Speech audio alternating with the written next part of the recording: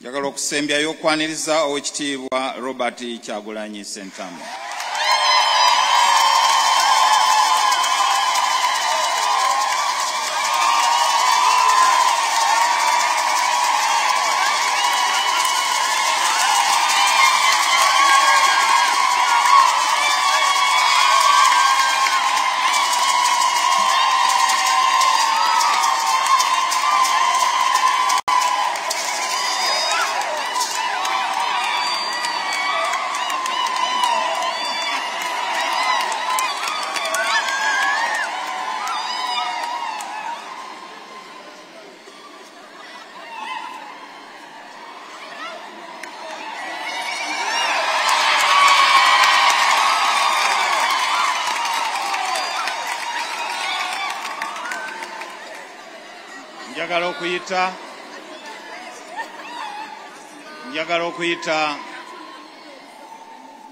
Njagala okuyita Oweekitiibwa Noah Kiyimba atwanjulire abagenyi abakulu be tuli nabo ate anziriza omuzindaalo mpite Ssaabasumba.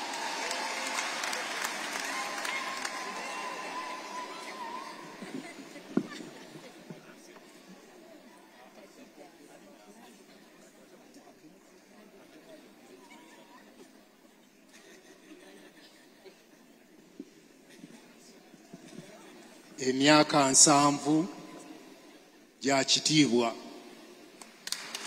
Emyaka 7 gya kitiibwa. Maama Naabagereka Oweekitiibwa Katikkiro ne maama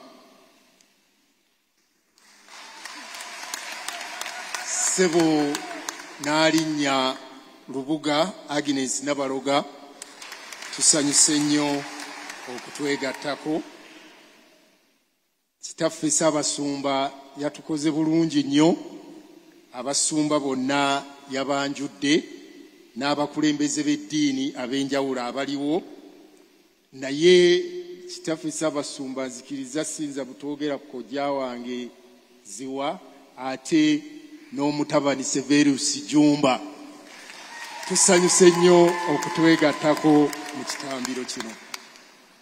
Era Ssaabasumba tweyanziza nnyo, tweyanzeege ekitambiro.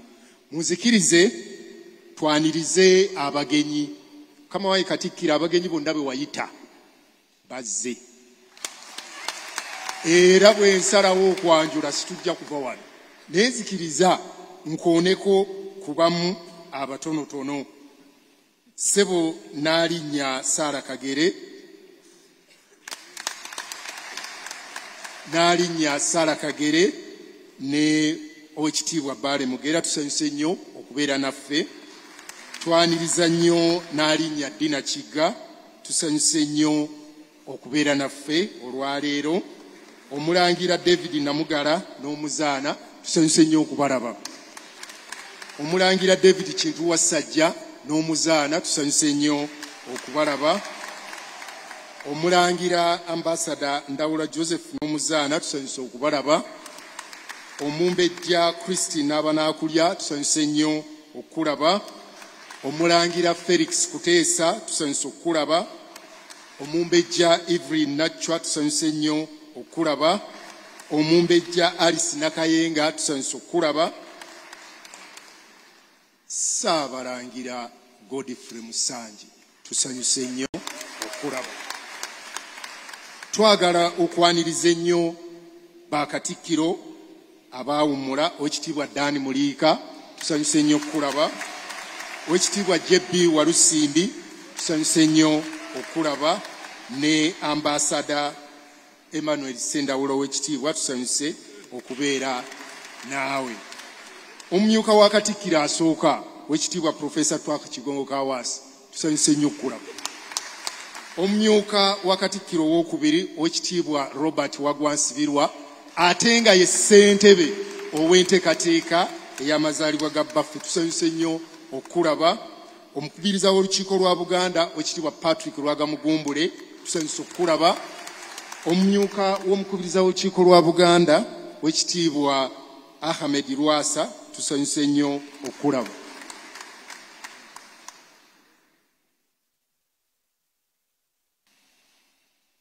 Ssebo Nnaalinnya Nasolo tusanyuse nnyo okulaba, tusanyukidde ddala. Wekitiibwa Christopher Bwanika Ssaabawolereza tusanyuse okulaba. Wekitiibwa Kotrida Nakate Minisita w'ebyenjigiriza tusanyuse nnyo okulaba. Wekitiibwa Joseph Kawuki Ssebo tusanyuse nnyo okulaba, Minisita wa gavumenti ez'ebitundu n'abantu b'abeene abali ebweru. Wekitiibwa Anthony Wamala tusanyuse nnyo okulaba, Minisita w'obuwangwa n'ennono. Wekitiibwa Israel Kazibwe Kitooke Minisita w'amawulire n'okkunga era omwogezi w'Obwakabaka tusanyuse nnyo okulaba. Wekitiibwa Haji Amis Kakomo tusanyuse okulaba. Kati wafuuse Wekitiibwa Haji Amis Kakomo mwanyi terimba tractor n'ebirala ebyo, twebaza nnyo omuterega. Wekitiibwa Robert Sserwanga tusanyuse nnyo okulaba. Abaami ba Ssaabasajja Kabaka ab'amasaza mwenna weemuli era tusanyuse nnyo okubalaba. Ababaka b'olukiiko lwa Buganda mwenna weemuli tusanyuse nnyo okubalaba. Bassentebe b'ebitongole eby'Obwakabaka ne bassenkulu ba board ne bassentebe ba board bassenkulu mwenna tusanyuse nnyo okubalaba. Ssebo Your Excellency Edward Kiwanuka Sekandi tusanyuse nnyo okulaba taali, tusanyukidde ddala. Wekitiibwa bammemba ba Parliament, bammemba ba Parliament tusanyuse okubalaba. Honorable Mathias Mpuuga tusanyuse nnyo okulaba. Lord Mayor Haji Elias Lukwago tusanyuse nnyo okulaba. Honorable Nabukenya Anifa tusanyuse okulaba. Honorable Nabukenya Brenda, Honorable Nabukera Anifa Mukono District tusanyuse okulaba. Honorable Nabukenya Brenda Luweero tusanyuse okulaba. Honorable Zake Francis Mitiana tusanyuse okulaba. Honorable Nabagabe Karule Flavia tusanyuse okulaba Kasanda. Honorable Sekitoleko Robert Bamunaanika tusanyuse nnyo okulaba. Honorable Baagala Joyce Ntwatwa tusanyuse nnyo okulaba. Honorable Nantongo Fortunate Kyotera District tusanyuse okulaba. Honorable Aran Sewanyana Makinde West tusanyuse okulaba. Honorable Balimwezo Ronald Nakawa East tusanyuse nnyo okulaba. Honorable Namboze Betty tusanyuse nnyo okulaba. Honorable Margaret Ziwa n'omwami Honorable Francis Babu tusanyuse nnyo okubalaba. Honorable Nachimuli Juliet tusanyuse nnyo okubalaba.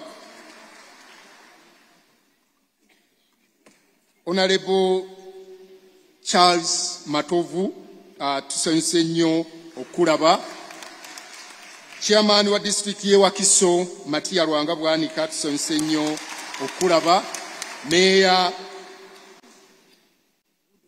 Meya Mbeeraze Zakali Wumu Meya w'e Rubaga tusanyuse nnyo okulaba. Ate ne Meya w'e Kawempe omwami Emmanuel Serunjogi tusanyuse nnyo okulaba. Meya w'e Nsangi Mathias Walukaga tusanyuse nnyo okulaba. Owekitiibwa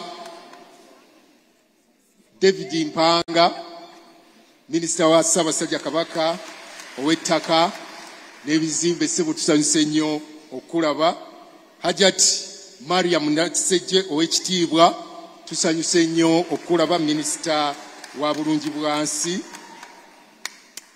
Baminisita ba Ssaabasajja Kabaka abaawummula ow'ekitiibwa Sylvia Mazzi tusanyuse okulaba. Owekitiibwa Christine Mugerwa Kasule tusanyuse okulaba. Owekitiibwa Engineer Martin Kasekende tusanyuse nnyo okulaba. Owekitiibwa Apolonia Mugumbya tusanyuse nnyo okulaba. Owekitiibwa JW Katende Namulabyeko tusanyuse nnyo okulaba. Ate n'owekitiibwa Muhammad Toban. Twagala okwaniriza ennyo abanywanyi ab'emikago n'obwakabaka bannaffe aba Airtel, tusanyuse nnyo okubeera nammwe.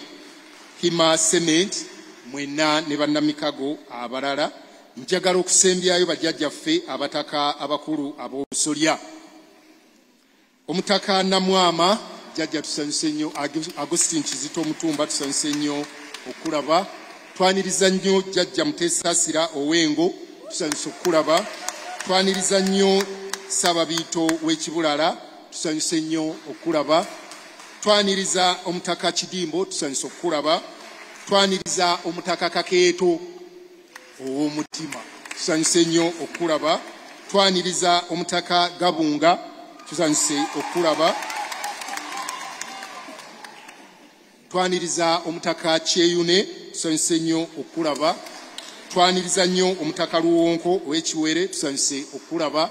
Twaniriza nnyo Omutaka Kayiira ow'Embogo, tusanyuse nnyo okulaba. Twaniriza Omutaka Lwomwa ow'Endiga, tusanyuse okulaba. Twaniriza nnyo Ssaababiito w'Essanje, tusanyuse nnyo okulaba. Twaniriza Omutaka Nakirembeka Omutima Omusagi, tusanyuse nnyo okulaba. Twaniriza Omutaka Kanyana ow'Engabi Ennyunga, tusanyuse nnyo okulaba, n'Omutaka Kyaddondo ow'Envuma. Kansabe mukadde wange Monsignor Rally Semusu ate akomewo atuyitire Ssaabasumba.